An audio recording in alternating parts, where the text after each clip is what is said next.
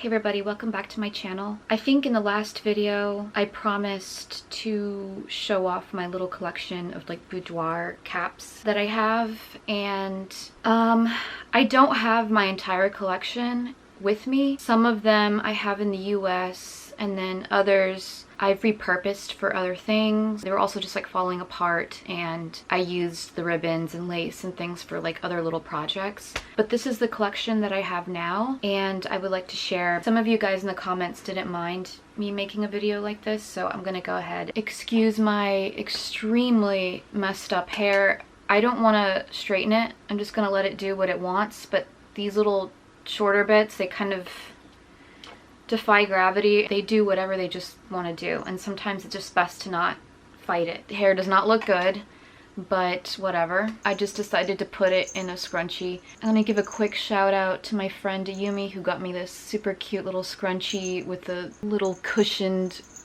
Showa era cat and a little bell, which might be a little annoying for this video. Anyway, I'm going to be trying these villager cigarillos. I have never seen these in the US, so I don't know if they do sell them, at least at the tobacco shops that I've been to. And I've been to quite a few, actually. I've never seen these. I've only been able to get these in Japan. Maybe you can order them online, but these are just the honey flavored. They're super easy, and I love them because, as you can see, they have these little plastic tips.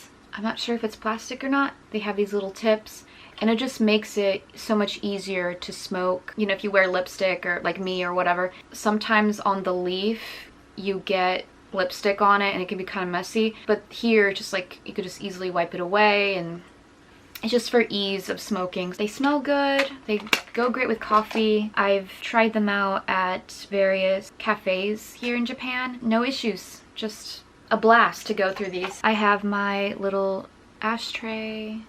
I've had this one for a while. Oh, please focus. Okay, it's focusing. I just use this as an ashtray. We went to a tobacco shop and we bought a bunch of tobacco, and we signed up for like a point system kind of card membership thing. You get a free lighter depending on how much you spend that day. I'm gonna use this really cute pastel pink with little glitter specks Y2K plastic lighter. Anyway, so I'm just gonna get right into it.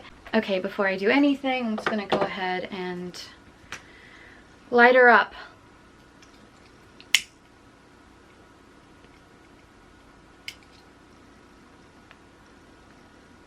Very pleasant, I'm telling you, extremely, extremely pleasant. Anyway, all right, so, okay, so I have some, these are not antique, these are vintage. You can find these anywhere. These are from the 1950s. I do like these a lot because you can just like put them on and then like tie them, and I think it's really cute. When I used to have super long hair, I would just wear these, and I love to just tie it right underneath the chin. You can find these anywhere really. On Etsy you can find these. This is just made out of like nylon mesh. Not incredibly special or anything like that, but I do like to wear them sometimes. They're really, really cute, and I'm just gonna get these kind of things out of the way. Maybe I don't, this is like the only one I have. If you want to like spruce up an outfit, or just have like, if you don't have a headscarf on you or whatever, and you just kind of want to wear a little cute mesh thing, you could just throw one of those on. Alright, so I'm just gonna get, I'm just gonna get right into it. It would be kind of hard to showcase while I'm smoking a cigarillo, right? So I'm just gonna let it sit for a bit. There we go. Anyway, so this one, okay, so I have a confession. A lot of these are for children, but they fit my head. So some of these fit my head. I have a large head. A lot of these are for women, boudoir caps that they would wear, you know, in bed and in their boudoir, you know, applying their perfume or whatever, just at the vanity and like doing their little beauty health routine. I do have a few that were like are actually for babies, and I'm saving those, you know, in case I decide to have children. I would like to keep some aside and have those for the baby. I am so excited because I've accumulated so much like antique children's clothing. I just have a little collection that I have reserved for that, if that were to happen, you know, God willing. This first one right here is this gorgeous handmade, completely handmade, with these beautiful pink kind of rosette bows made out of, this is silk, and I mean some of it's just like frayed. There's some holes in them, there's some staining, but like that kind of comes with the territory. I mean, what do you expect? In my opinion, I love antique clothing that look really beat up. There's a lot of wear, it was loved. I'm gonna try some of these on. Some of these will not fit my head. I have a big old head. So I'm gonna go ahead and remove this. This is better without a scrunchie. Hold up. All right. I don't want to relight. Anyway, I'm gonna go ahead and put this one on. Kind of fix my hair. My hair is really, I mean, I'm gonna go ahead and put it on. So I've worn this one before.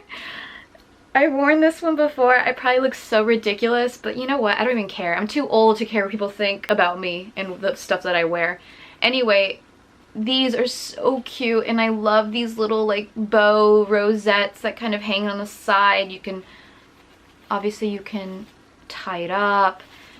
This should be more down here if it were to fit me. You know, sometimes I wear it and take pictures, and sometimes I also use it to decorate my room. I used to do a thing where I would just like have them hanging from like the mirror. I would just have the ribbons dangling down, and I don't know, it just was very pleasant for me to look at every time I would, you know, get ready in the morning and like do my makeup and stuff. But this is just really, really cute.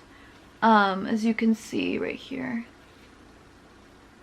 As you can see, just all this like beautiful like handwork. It's just a gorgeous piece. And I, you know, when I feel like a little fancy and just for the heck of it, I'll just put it on, you know. I don't care. But anyway, this is the first one. This is from the 1920s. And all of these, just every single thing that I have here, I've purchased at antique shops just throughout the years, just accumulating. Like I said before, a lot of them have been repurposed because some of them have just actually just straight up has fallen apart. I usually save the lace, I save the ribbon. If there's like beadwork or like little appliques of some sort or whatever, I always save that stuff and I keep it in a little box and I use it for like craft project things that I do. Actually, alright, so I don't know if I've ever mentioned this in the channel, but I make my body oil. I grow calendula flowers and then I dry them and then I infuse them in oil, and that's what I use on my skin, on my face. I'm trying to like specifically only use natural products. I don't really want to, there's only one thing that I use that's kind of like, and it's an eye cream, but I've been using that eye cream for like 7 years and it's done me well, so I don't really plan on switching that out. But for my skin, my body, even towards like the ends of my hair, because sometimes I do get like little split ends and you know it just needs a little extra care, I kind of coat them with the calendula oil. I am a strong believer in calendula oil. I think that if you have a pot somewhere or you have a little garden, 100% try to grow calendula flowers. I think an important flower. It's medicinal. It's one of the great plants that you can just use topically. You can ingest it via tea. You can make tinctures. It's so good for so many things. And this is just the one that I made. And I repurposed a whiskey bottle or something, like a little mini whiskey bottle. And I love the shape. So obviously you clean it out. I put my oil in here. If you can see right here, I took... See these little flower appliques right here? This like, see that right there? That belonged to a boudoir cap or a net or something. I just remember that it belonged to one. And I really loved them. They're beautiful. They're like made out of this super thin linen. Like any kind of natural fiber, like linen, silk, cotton is just so expensive these days. So that's why I want to keep all these special little scraps of fabric and whatnot. You can always use them as table runners. You can use them as like a doily thing. I, you know, save some of them. I actually have a old dress, like this old this like Art Deco dress. It's completely just destroyed. There's holes all over it. There's so many stains. So what I ended up doing is I dyed it and I put little red dye and I diluted it so it kind of made it like a pinkish color. I cut it as symmetrically and as straight as I could, and I use that as a table runner. You couldn't tell the difference that it belonged to an old dress. But anyway, I like to reuse these things, and this is just an old ribbon, and then I put a cornflower and I dried it and I just put it in the center. This beautiful lace that's just kind of hanging out. I want to make, well, I am gonna make a label for this. I'm just gonna make collage a label or something and just put it on there. If you ever find stuff like this, old lace from like old secondhand shops or antique malls, purchase it, save it, use it for projects, use it to repurpose an old blouse or do patchwork or something. I don't know, just like make use of it, you know? Otherwise it's gonna be destroyed and eaten by moths, set aside, turned to dust, whatever, and discarded forever. So it's just good to repurpose and to reuse beautiful things that already, you know, exist. Okay, anyway. So the next one, this one right here is more public safe, meaning I can wear this in public and I don't feel like an absolute freak for wearing, like, you know, bonnets and things like that. So this one's really beautiful, has this nice little mesh here, as you can see. And it protects your hair, it looks cute, it looks like a little beanie in a way, and it has this nice little, trim.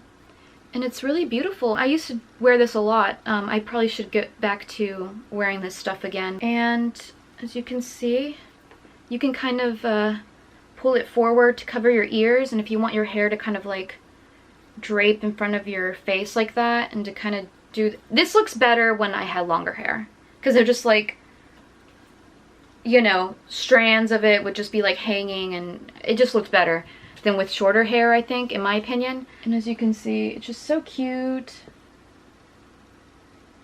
And it just looks good. It doesn't look too odd. I mean, like I said, I can totally wear this without anyone giving me... Well, I'm always going to get strange looks here in Japan, unfortunately. Less strange looks if I were to wear like the other stuff.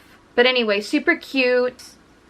It looks good with... I mean, you can kind of coordinate your outfit. I think this would go well with lots of different things, whether you're trying to do like a more casual look or whatever, but I do think this looks, you know, okay. I think it looks pretty good. Okay. The next one I absolutely love. This one was more of a recent purchase, and by recent I mean like 4 years ago or something. It's this gorgeous, I mean, it almost looks like a doily, but it's not. It's not a doily. This is a boudoir cap. This is something that you put on your head. Look at this work here. Look at that. Absolutely gorgeous. It's so lightweight, it's so dainty, it just feels like whenever you wear it, it feels like you're not wearing anything. Absolutely nothing. There's some pieces that are kind of unraveling, unfortunately, but I'm not gonna mess with that. It's so gorgeous, and I feel so fabulous every time I wear this. So you just kind of plop it on. And of course, like, I can, you know, add ribbons or whatever here, but you know, I kind of like that it just kind of flaps like this, but it's super cute, as you can see. Yeah, it's just super, super cute. Hold up, I don't want to keep turning. It's so cute. I love this. I wish I could wear it more often, but I feel super fabulous in this thing. I don't know, it elevates my mood, I feel, just putting these lacy little old things, you know? If you ever come across stuff like this, just buy it, purchase it, why not? Give it new life.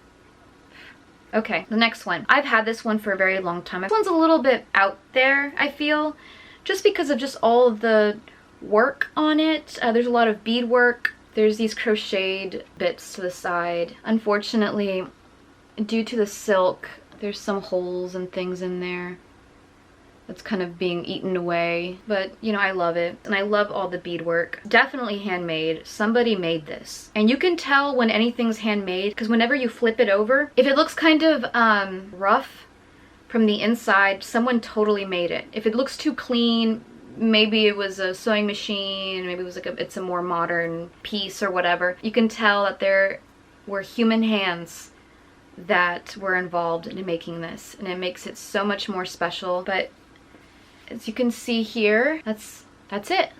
It's cute. You can see the beadwork. Come on, focus.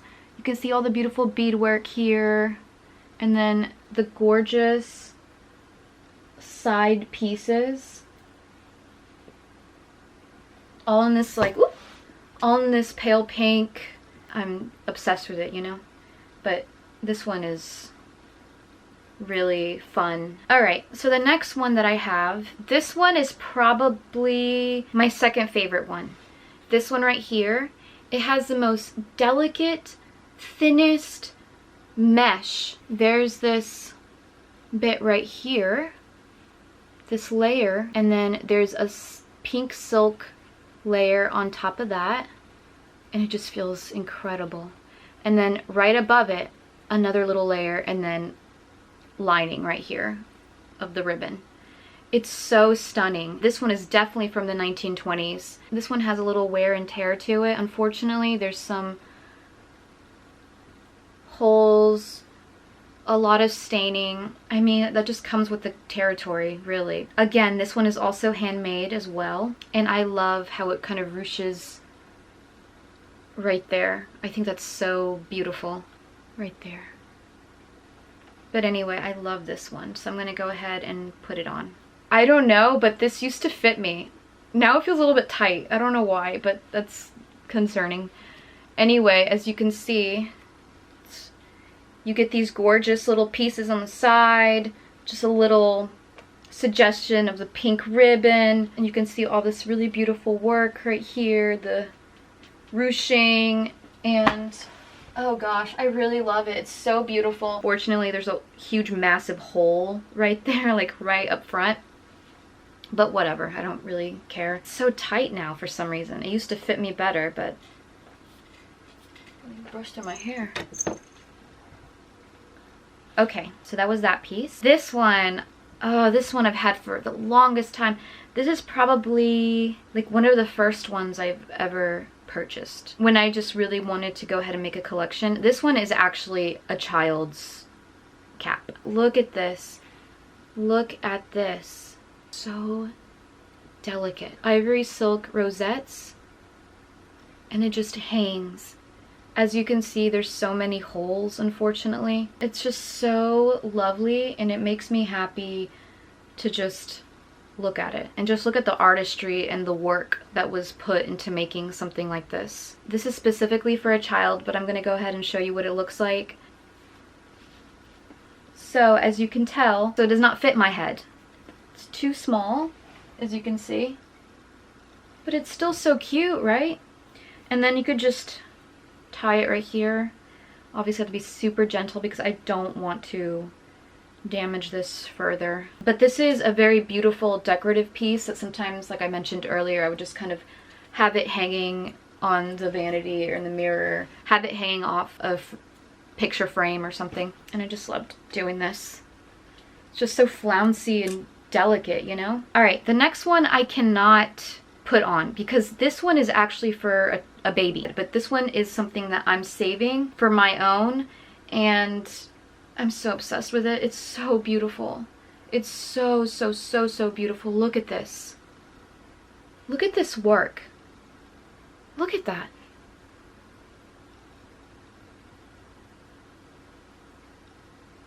And with the stunning little ribbon going right through it. This one is just so adorable. Also from the 1920s. Little baby's little bonnet.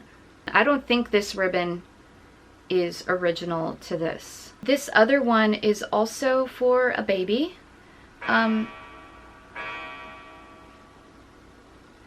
Okay, this one's also for a baby as well. Again, these gorgeous silk rosettes, all the crocheted parts. I mean, can you imagine how long it would have taken to make this?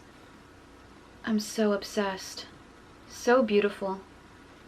So, in pristine condition too. Also, by the way, all these caps, they're like dirt cheap. I mean, these are things that are like over 80 plus years old, over 100 years old. The next one is a more modern one. I like it because I love the embroidery in it and of course the ribbons. This is also for a baby as well. This one I just I just kept just from my own collection, just for a future baby or for a friend or something. But okay, this next one is also for a baby. Also, some of these can be used for like dolls. Stunning little work here in the beautiful silk blue ribbon. So soft, worn down by time, and it just gets so thin. I love this work. I love the peach pink with the baby blue. I think that's such a beautiful combination. All right, okay, so here's another one. This one is also, and when I say by more modern, I mean like these are from like the 1950s, these, or 1960s. You can kind of tell because of the material that's used if you just observe and see how it was made, depending on how well it was made. If it looks like there's machine work, like a sewing machine was used, then probably 40s and up. Also, if there is labels. Anything, for the most part, that's really, really old will not have a tag or a label, because purchasing clothing would have been super expensive, so they would have just made it themselves. There's a little bit of like chiffon in the inside lining. This stuff right here, this kind of mesh, you can kind of tell more recent materials. This part is definitely nylon, but still cute nonetheless. And I really love it. I love this one here. It has this little tassel, and I mean, look at this. Look at this. I mean, it's so cute. Another really stunning piece that I'm just like so obsessed with. This next one is actually probably the most expensive one that I've ever purchased. This one was like 16, 15 bucks. This one is definitely from the 1930s, 1920s. It's absolutely gorgeous. There's so much work into this one. Now this one I'm not going to put on because, as you can tell here, it's in really poor shape. And despite that, I love the way that it looks. I love that it's just like falling apart. I think it looks so cool. So there's it up close. These little beautiful flower crocheted bits with the little tassels, all handmade. This top part here, as you can see, absolutely beautiful. I've noticed that like boudoir caps and things like this have just risen so much. I mean, sometimes I see some that are like $80. I'm pretty shocked. I don't know if there's been a recent interest in them. I don't know. I don't really like keep up with like trends or like micro trends or anything like that, but they have like quadrupled in price, because I could find these, like I said, like I mentioned earlier, I would find these for, you know, $5 here, 8 there, 10, you know, 15 at max, and now they're like $60 plus. So I don't know what that's all about, but if you can get your hands on something like this, save it, because I mean, it is like a piece of history. I mean, you know, there was a time when women would wear these boudoir caps all the time, wear their bed jackets and like lounge about, and loungewear was such a huge thing. You know, you would have your beautiful little silk step-ins and teddies and things like that. People don't really do that anymore, but so many things you can do. You could put on display. What I do is that I find old silk dresses. This one right here is from the 1930s, little child's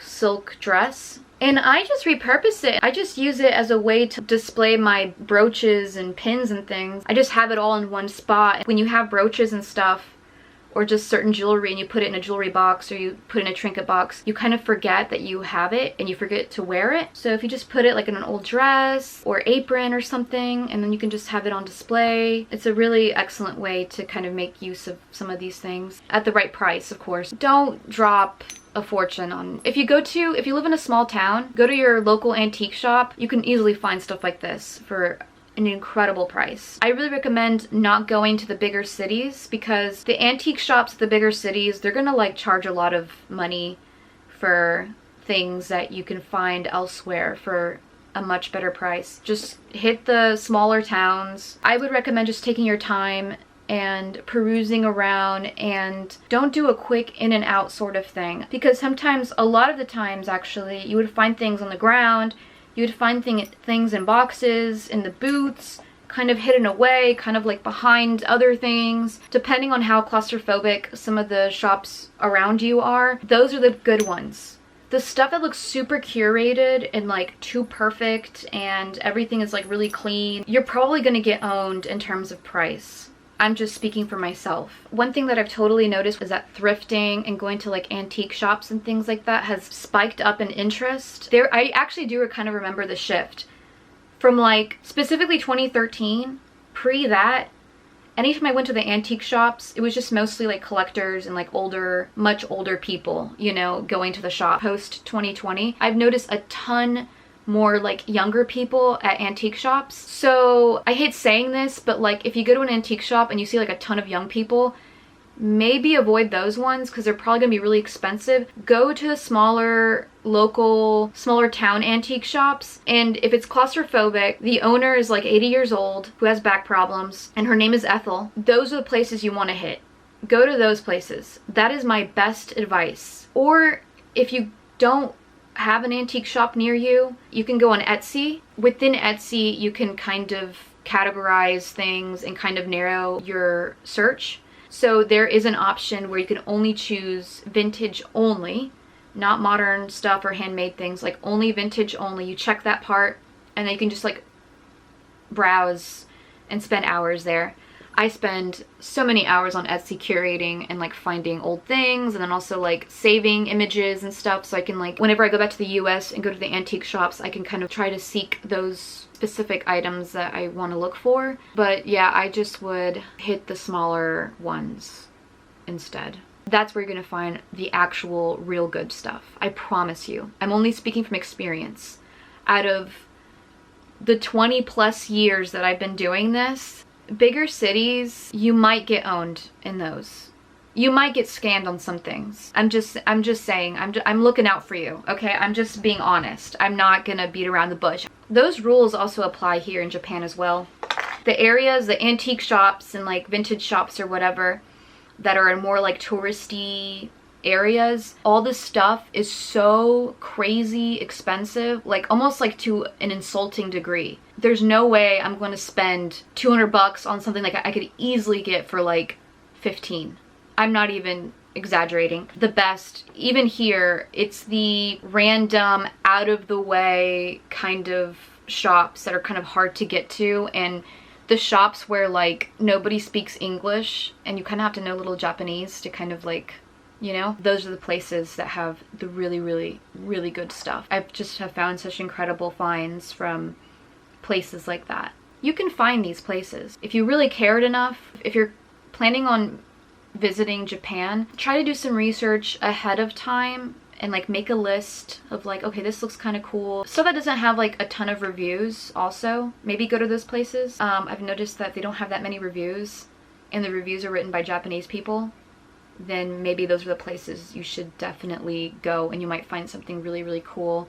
If there's a ton of reviews in there in English, 200 reviews and up, maybe, I mean, of course you can go to them just for the experience, but maybe you won't find the best stuff. And if you do, it's probably going to be super, super expensive. But anyway, those are all that I have. That is the video. Thank you for watching. I do want to make other videos kind of similar to this, where it's just like me showing collections and things like that. If that interests other people, just let me know. So anyway, that's the video. I hope you guys enjoyed it. I do plan on making more videos, so please stay tuned for that. I hope you guys have a great day, great night, wherever you're at. Okay, I forgot one more thing. Okay.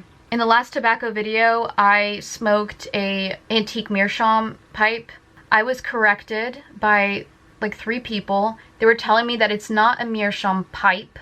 It is a cigar holder, cigarette holder. I was not aware of that. It was not sold to me that way, but that's okay because I still wanted it regardless. But all things considered, it still worked like a pipe. I will not plan on using it as a pipe from now on, but I did want to use it for the video. So I'm sorry if that offended some people. They were like, actually, technically, that's not a pipe. Please forgive me.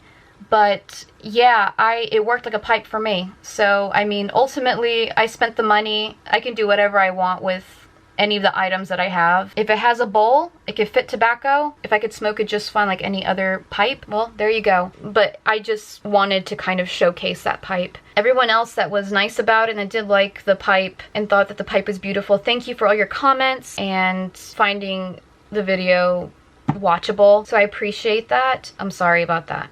and correct myself. I mean, oh well, I mean, we all make mistakes, don't we? You guys have a nice day, and I will see you on the next one.